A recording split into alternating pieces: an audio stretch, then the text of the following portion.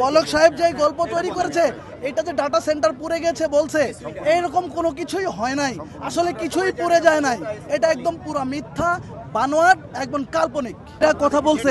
আপনি আজকে যে ইসিরা কথা বলেছে যে আমরা 7 দিন ইন্টারনেট 10 দিন বন্ধ ছিল, আমরা এটার বিপক্ষে ছিলাম, তারা তো নির্বাচিত ইসি ছিল, তাহলে তারা তখন কোথায় ছিল যখন বন্ধ করে রেখেছে? তাদের যেই আমাদের পলক সাহেব বন্ধ করে রেখেছিল, পলক সাহেবের পিছনে দাঁড়ায় দাঁড়ায় তারা ভিডিও করছে, তখন তো তারা বলে নাই। হ্যাঁ, এই আইএসপিবির দ্বারাই তো তারা বন্ধ করাইছে। আইএসপিবি তো তখন বলে নাই যে এই যে 7 দিন লাইন বন্ধ করা যাবে না, আমাদেরকে তারা তখন ডাকে নাই যে আপনারা সবাই আসেন, আমরা লাইন বন্ধ করব না, এটা তো তারা বলে নাই।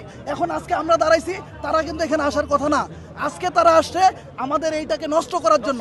তারা সামনে দাঁড়াইছে একটাই কারণ সামনে দাঁড়ায় তারা সামনে এখন বলতে চায় যে আমরা তো এটার পক্ষে, আসলে তারা পক্ষে ছিল না, তারা ছিল সরকারের পক্ষে, এবং সরকার যা বলেছে তারা সেটাই করেছে, তারা দালাল।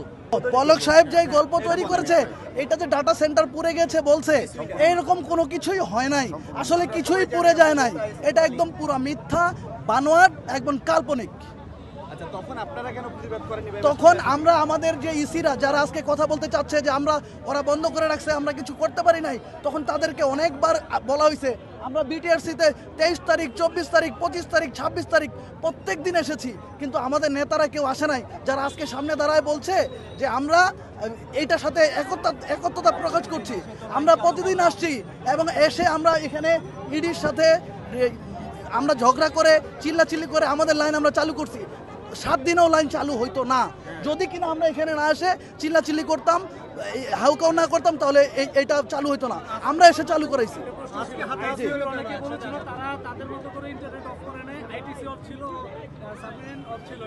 সাবমেরিন আসলে অফ ছিল না, বাংলাদেশ থেকে তারা নিজেরাই বন্ধ করে বলছে সাবমেরিন অফ, বলছে ডাটা সেন্টার পুড়ে গেছে।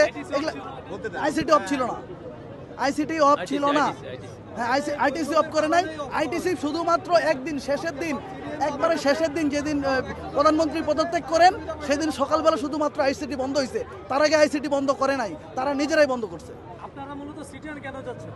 সিডিএনটা চাচ্ছি, সিডিএনটা হচ্ছে প্রান্তিক পর্যায়ে আমাদের কাছেই ছিল, সিডিএনটা তারা নিয়ে গেছে। এই সিডিএনটা নিয়ে যা আমরা চাচ্ছি, কারণ হলো আমরা যদি সিডিএনটা আমার ঘরে থাকে তাহলে আমার খরচটা কম হবে, আমার লেটেন্সিটা কম হবে, কাস্টমারকে আমি ভালো সার্ভিস দিতে পারবো, বেটার সার্ভিস কাস্টমার পাবে, এটাই হচ্ছে আমরা এই জন্যই চাই। বিটিআরসির নির্দেশনা বলে এটা মন্ত্রণালয় থেকে বিটিআরসির উপর চাপাই দিয়ে সরকার থেকে নিয়ে যাওয়া হয়েছে।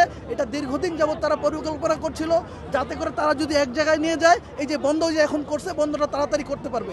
যদি আমাদের কাছে থাকতো, আমরা 3000 পরিবার, 3000 আইএসপির কাছে যদি আজকে সিডিএন থাকতো, বন্ধ করতে 1 ঘন্টায় পারতো না, 12 ঘন্টা, 14 ঘন্টা, 15 ঘন্টা লেগে যেত।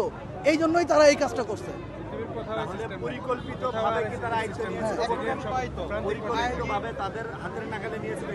জি অবশ্যই, এবং একদম এইটা তারা সারা দেশ পরিকল্পিতভাবে আস্তে আস্তে করে তারা যেন এটা বন্ধ করতে পারে, পুরো জিনিসটাই তাদের হাতের মুঠোয় নিয়েছে।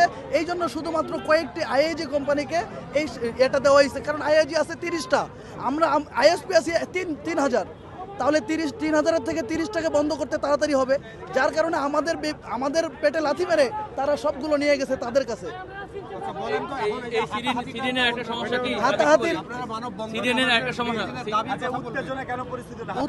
উত্তেজনা, আমরা এখানে শান্তপূর্ণভাবে মানববন্ধন করতে আসছিলাম, তারা এই যে ইসিরা যারা আসছে, আমাদের কথাই ছিল কোনো নির্বাচিত ইসি আমাদের এখানে দাঁড়াতে পারবে না, আমরা এটা করতে দিব না।